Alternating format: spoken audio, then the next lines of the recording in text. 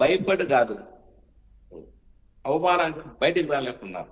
ఎందుకంటే సుబ్బారావు గారు అడ్వకేట్ గా ఉన్నారు కాబట్టి చెప్తున్నాను. మా మదనపల్లిలో గట్టు నరసింహరావు గారు అని పెద్ద లీడర్, 10 సంవత్సరాలు ఎమ్మెల్యేగా చేశారు. ఆయన అల్లుడు గురునాథరావు గారు స్వయంగా ఉమ్మడి రాష్ట్రానికి డీజీపీగా చేశారు. అట్లాగే హైకోర్టు జస్టిస్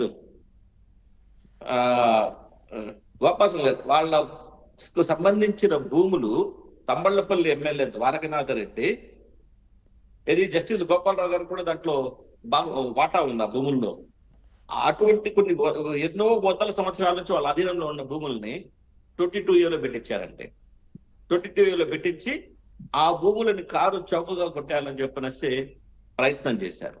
అంటే వీళ్ళు ఎంతకు బరితెగించారంటే, ఇందాక చౌదరి గారు చెప్పినట్లు ఒక్క ల్యాండ్ సంబంధించిన విషయంలోనే ముఖ్యమంత్రి చంద్రబాబు నాయుడు గారు నిన్న అనౌన్స్ చేసిన దాన్ని మేము జనసేన పార్టీ తరఫున స్వాగతిస్తా ఉన్నాం.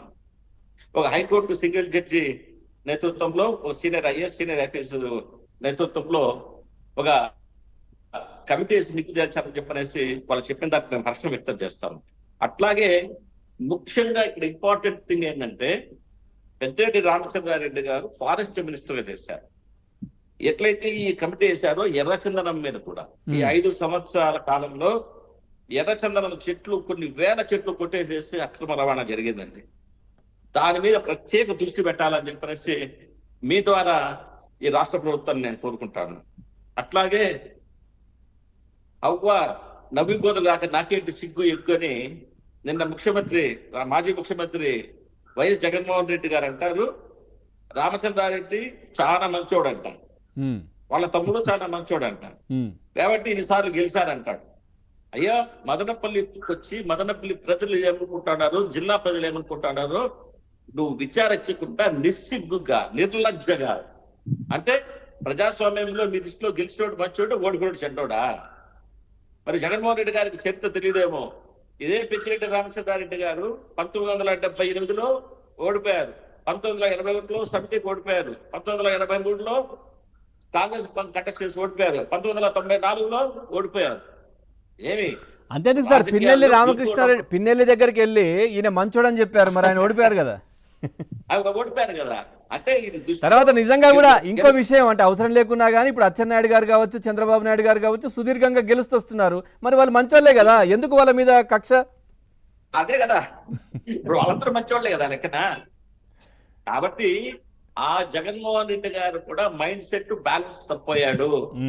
ఆయన నార్మల్ గా లేదు, ఆయన మెంటాలిటీ అబ్నార్మాలిటీ అయిపోయింది.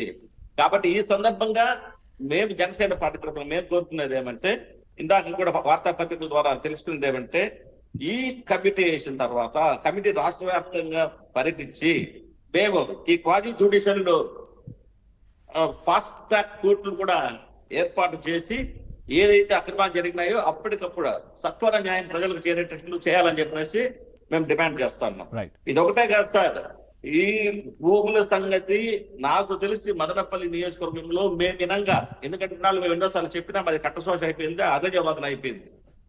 ఇప్పుడు ఈ సంఘటన జరిగిన తర్వాత బాధితులందరూ స్వచ్ఛందంగా బయటకు వస్తున్నారు. కాబట్టి తర్వాత మీ పార్టీ అధినేత జనసేనాని ప్రజెంట్ ఇప్పుడు ఉప ముఖ్యమంత్రి పవన్ కళ్యాణ్ గారు సభ పెడితే ఇప్పటం గ్రామంలో కూడా చాలా ఇబ్బంది పెట్టారు సార్, అవి కూడా బయటకు రావాలి. అవును, అక్కడ రైతులందరినీ వాళ్ళు ఇల్లు కొట్టేసి ఇప్పటి గ్రామంలో విపరీతమైన ఇబ్బంది పెట్టారు.